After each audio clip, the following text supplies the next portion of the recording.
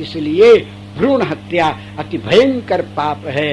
अश्वत्थामा को पकड़ कर लाया गया है। जब अश्वत्थामा को ला करके खड़ा कर दिया गया, बंधा हुआ अश्वत्थामा खड़ा है, और भीमसेन ने पुकार कहा, पांचाली बाहर निकलो, तुम्हारे पुत्रों का हत्यारा आ गया। वहीं काट देते पर खून बह जाता, नहाती कैसे, यहाँ आओ। द्रौपदी महारानी बाहर आई हैं, दुखी हैं, केस खुले हुए हैं, व्याकुल हैं। द्रौपदी देवी यद्यपि केसों को बांधा जा चुका है प्रतिज्ञा वाले, पर फिर भी दुख में केस खुला है, रो रही हैं। रोती हुई बाहर आई हैं, आती चौंक गई, अरे ये तो ब्राह्मण है, गुरुपुत्र है। तुरंत आंचल को अपने सिर पर लिया है और पृथ्वी पर मस्तक रख करके ब्राह्मण को प्रणाम। भीमसेन ने कहा, क्या करती हो? उवाच चासहनयस्य बंधनानयनम सती।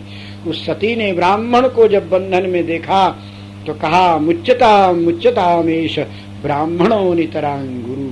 छोड़ दीजिए, छोड़ दीजिए, ब्राह्मण कैसा भी हो पूजा की योग्य होता है। भीमसेन ने कहा, तुम्हारा दिमाग खराब, कभी कुछ प्रतिज्ञा कभी कुछ प्रतिज्ञा, दुनिया भर का करके महाभारत करा दिया, हमारे खानदान का सत्यानाश करा दिया, और अब भक्ति फंसा रही है।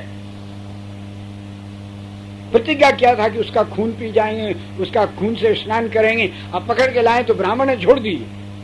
अर्जुन छोड़ दे इसकी बात को, मैं तुम्हारा बड़ा भाई हूं, आज्ञा देता हूं, काट दे इस ब्रह्मबंधु का मस्तक।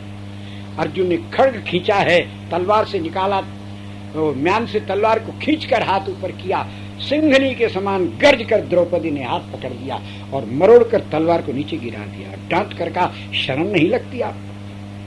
जिन श्री द्रोणाचार्य गुरुदेव ने अपने सगे बेटे को ब्रह्मास्त्र का रहस्य नहीं बताया, आपको बताया, इतना ज्यादा प्यार किया। सरहस्य धनुर्वेद सविसर्गोपसंयम अस्त्रग्रामश्च भवता शिक्षता यदनुग्रहात् सएव भगवान द्रोण प्रजारूपेण वर्तते। वो साक्षात भगवान द्रोणाचार्य गुरुदेव पुत्र के रूप में सामने खड़े हैं। बड़ों से कुछ भूल हो जावे तो देखने का अधिकार तुम्हें किसने दे दिया? बहुत ताकत वाले भय हो, बहुत ज्यादा बल होवे तो वृद्ध जनों पर, पूज्य जनों पर हाथ उठाओगे।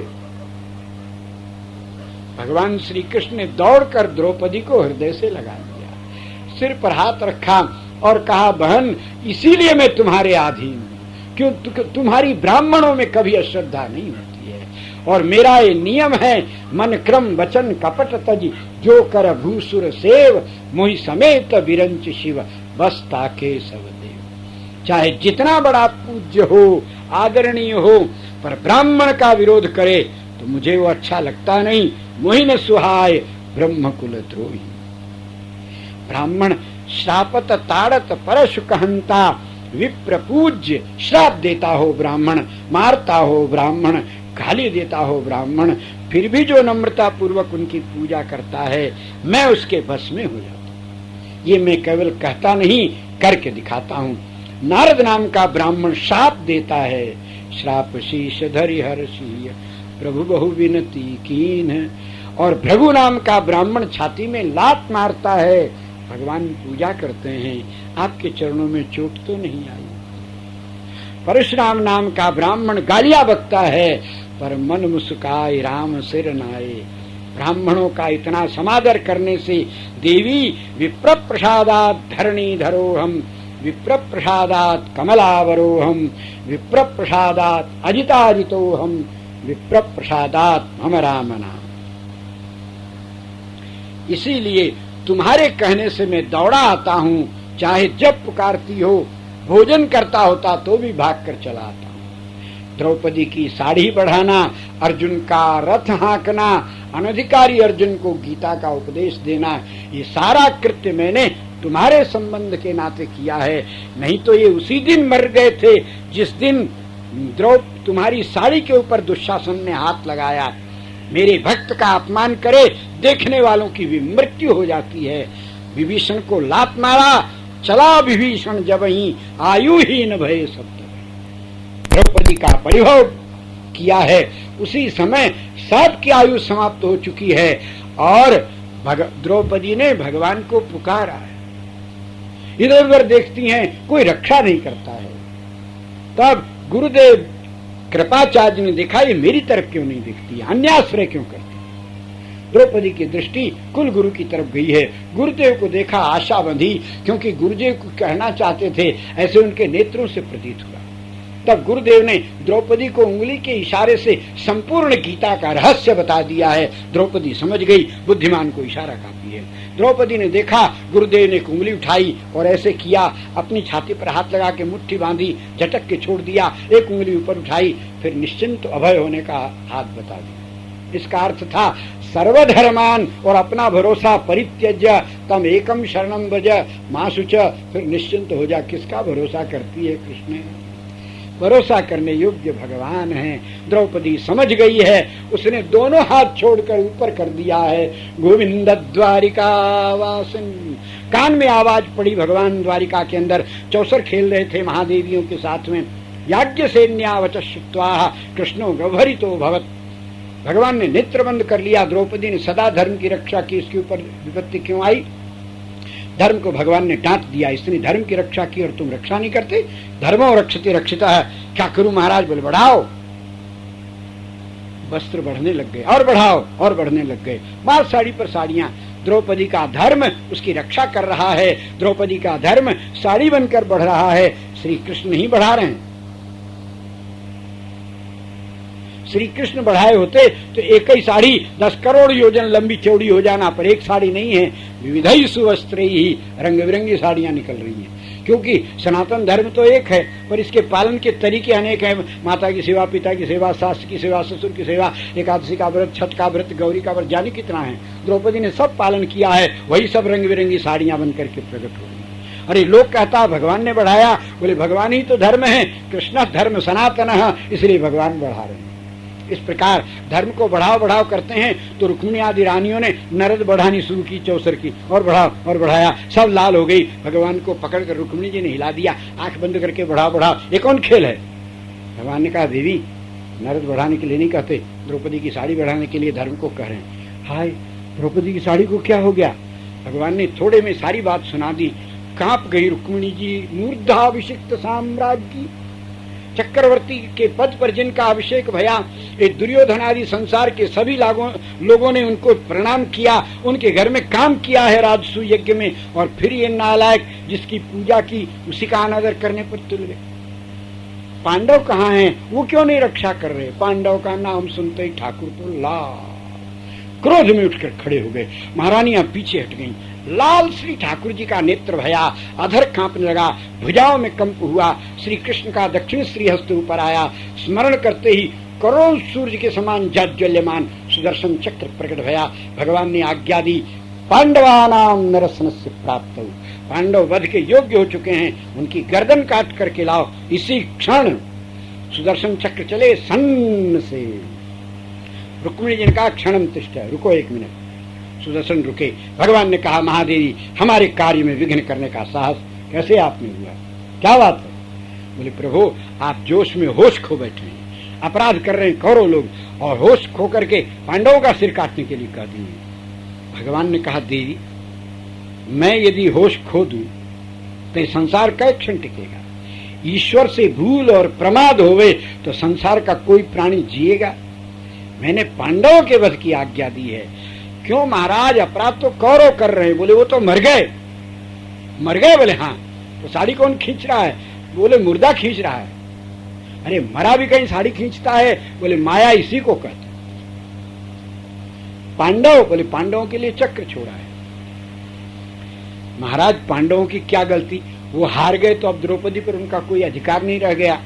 बोले सड़क पर चलने वाली माँ बहन बेटी के ऊपर किसी का कोई अधिकार नहीं, कोई संबंध नहीं है। पर कुत्ता बंदर या कोई गुंडा उसको परेशान करे, वो चिल्लावे, तो प्रत्येक मनुष्य का कर्तव्य है दौड़कर उसकी रक्षा करे।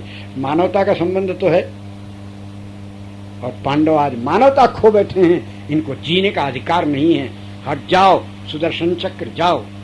सुदर्शन चले सन्न। रुक्मिणी जी ने कहा एक क्षण रुको देवी अब क्या है? बोले एक प्रार्थना। बात आपने ठीक कहा, पांडव वध के योग्य हो गए, ऐसे आदमी को तो एक क्षण जीने का अधिकार नहीं। जिसमें मानवता नहीं। द्रौपदी को मान लो उन्होंने दांव में हार दिया, उनकी नहीं रह गई, पर नारी तो है, नरों की जननी है, और तब भी ये शांत बैठे हैं। धिक्कार है, नर की कीर्ति ध्वजा उस दिन कट गई देश में जड़ से, नारी ने सुर को टेरा जिस दिन निराश हो नर से। नारी की रक्षा के लिए नरों के रहते नारायण को आना पड़े। वध के योग्य हैं, पर मेरी एक प्रार्थना, जल्दी कहो। बोले 5 मिनट के लिए आप लुगाई बन जाओ। बस आपको मजाक सुधर रही है, हम क्रोध में थर्रा रहे हैं और आप लुगाई बन जाओ और छोरी बन जाओ, ये क्या? यही समय आपको मिला विनोद करने का। श्री रुक्मिणी जी पीछे हट गई 2 कदम और कहा, मैं मजाक और पलस्तर नहीं करती, ठीक कहती हूँ। लुगाई बनते तो आपको पता चलता है कि नारी को अपनी साड़ी उतनी प्यारी नहीं है जितना पति प्रिय होता है। ये भारतवर्ष है महाराज, यहाँ परमात्मा की उपासना नारी इसलिए करती है कि मेरा सुहाग सुरक्षित रहे, मेरे स्वामी ठीक रहे। और यदि उसके सुहाग के विपरीत हुआ तो आपने एक बार करके तो देखा था, सती वृंदा के साथ छल, श्राप दिया, परमात्मा तू पत्थर हो जा। शालिग्राम बने लुढ़क रहे इधर उधर, होश है? अरे भारत की नारी का सगा बाप भी उसके पति से विरोध करे तो सती कहेगी, पिता मंदमति निंदितते। सूर्योदय से मेरे स्वामी की मृत्यु हो तो सूर्योदय नहीं हो सकता। सती की प्रचंड शक्ति को आपने नहीं देखा। द्रौपदी के अपमान को न सहन करने के कारण जिन पांडवों पर आपने चक्र छोड़ा है, वो पांडव द्रौपदी के सुहाग हैं, और उनके मरने पर आपकी द्रौपदी सुभद्रा विधवा हो जाएगी। बस मुझे और कुछ नहीं कहना। सुदर्शन चक्र जाओ और इतनी जल्दी गर्दन काट के लाओ कि एक बूंद भी रास्ते में न गिरे। सारा का सारा ताजा खून इनके ऊपर डालकर इनको नहला दो, बहन के सुहाग से नहाकर कलेजा ठंडा कर लें, और तब सुभद्रा और द्रौपदी के क्रोध का सामना करना पड़ेगा। सुदर्शन चक्र जाओ। रुक्मिणी जी की डांट सुनते ही सुदर्शन चक्र चले सन। भगवान ने कहा, सुनो सुनो, रुको रुको रुको, लौटिया लौटिया। रुक्मिणी जी ने कहा, आप क्यों लौटिया? बोले, देवी गलती हो गई, इसीलिए जिस अवतार में आप साथ में नहीं रहती कोई पूजा नहीं करता है।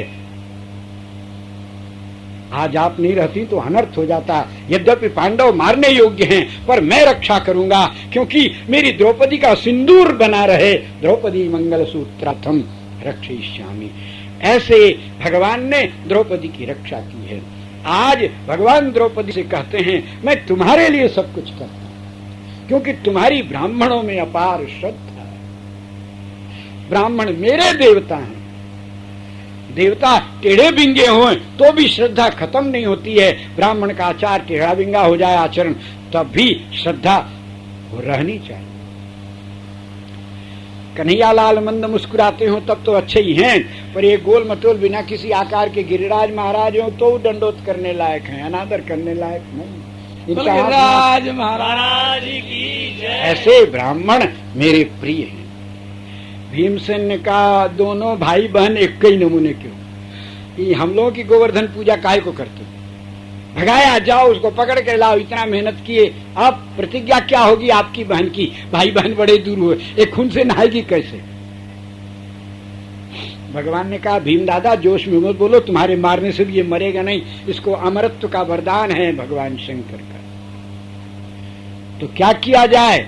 बोले, ब्राह्मण का या वृद्ध जनों का अपमान ही मरण है। इसलिए जन्मजात जो इसके मस्तक पर माहेश्वर मणि है, उस मणि को निकाल लो और धक्का देकर भगा दो। अपमान से ही वध हो जाएगा, ब्राह्मण वध के बराबर पाप लग जाएगा। उस पाप का प्रायश्चित करने के लिए फिर दूसरी विधि बताऊंगा। अब रह गया खून से नहाना, तो मणि निकालोगे तो 1-2 बूंद खून तो निकलेगा ही निकलेगा, और जल का छींटा देकर नहा लेने की भी एक विधि है ना। अपवित्र पवित्र हुआ, वो खूंटा छींटा दे देना, द्रौपदी की प्रतिज्ञा पूरी हो जाएगी, ब्राह्मण बच जाएगा, सब काम ठीक हो जाएगा। भगवान बहुत चालू हैं। लोग 420 होता है, ये हमारा लाला 840 है। इसकी बुद्धि के आगे किसी का कोई काम नहीं, बुद्धि काम नहीं करती। सर्वोपाय विधीश्वर है। इस प्रकार अश्वत्थामा के शरीर में रोग भया है। मणि निकलते ही 4000 वर्ष तक दुख भोगते रहे। अंत में व्यास जी की शरण में गए हैं, तो व्यास जी ने कहा, यहीं से साष्टांग दंडवत करते हुए गंधमादन पर्वत दक्षिण समुद्र जाओ। वहाँ राम जी ने रामेश्वर की स्थापना के लिए धनुष कोटि प्रकट की है, उसमें स्नान करो, तुम्हारा शाप पाप दूर होएगा, पवित्र महात्मा हो जाओगे। फिर अश्वत्थामा अब पवित्र हैं, अब भगवान का भजन करते हैं। अमर तो हैं, मरते है ये नहीं ना। इसलिए चरणाद्रि में देखा और जयपुर अजमेर में देखा, 2 जगह अश्वत्थामा का दर्शन भया। और तो फिर आजकल है पता नहीं। अधिकतर ये गुजरात में आबू नाम का जो पहाड़ है अर्बुदारण्य, वहाँ भगवान दत्तात्रेय निवास करते हैं। उन्हीं के सानिध्य में, उनके सत्संग में अधिक रहते हैं। तो अब वो अश्वत्थामा का छोड़ा हुआ ब्रह्मास्त्र उत्तरा के गर्भ में गया। उत्तरा चित्कार करने लगी, भगवान तुरंत गर्भ में प्रवेश कर गए, करके ब्रह्मास्त्र को पी गए। ब्रह्मास्त्र को पीते ही बालक की रक्षा की है। बालक प्रकट भया, उसका नाम गोदी में आवे तो हर व्यक्ति की गोदी में जाके मुंह देखे उदास हो जाए। लोगों ने कहा कि ऐसा क्यों होता है, तो व्यास जी ने कहा ये गर्भ में भगवान को देखा है, इसलिए भगवान की पहचान करने के लिए प्रत्येक व्यक्ति की परीक्षा लेता है। भगवान की गोदी में दो तो प्रसन्न हो जाएगा। श्री कृष्ण की गोदी में आते ही प्रसन्न भया, चेहरा देखा, थोड़ा सा उदास भया। युधिष्ठिर ने पूछा अब क्यों उदास भया? बोले गर्भ में इसने चतुर्भुज नारायण का दर्शन किया है। यहाँ कन्हैया 2 हाथ वाले हैं, इनसे कहो चतुर्भुज हो जाए। भगवान ने 2 भुजाएं प्रकट की। चतुर्भुज देखते ही बालक किलकिला पड़ा, गले से लिपट गया है। विष्णु गर्भ की रात्रि में विष्णु के द्वारा रक्षित होने से बालक का नाम विष्णुरात भया है। इस प्रकार इनका जन्म भया। और अब परीक्षित महाराज का आगे का चरित्र, वो कैसे उनको वैराग्य होएगा, कैसे सुखदेव जी आकर भागवत सुनाएंगे, ये कल की कथा में होगा। अब आप लोग जोर से जय जयकार करो। बोलो अयोध्यानाथ भगवान की जय, श्री रंगनाथ भगवान की जय, श्री भाष्यकार भगवान की जय, श्री वृंदावन बिहारी लाल की जय, श्री गिरिराज महाराज की जय, श्री हनुमान जी महाराज की जय, सब संतन की जय। जय जय श्री राधे। रोक दे।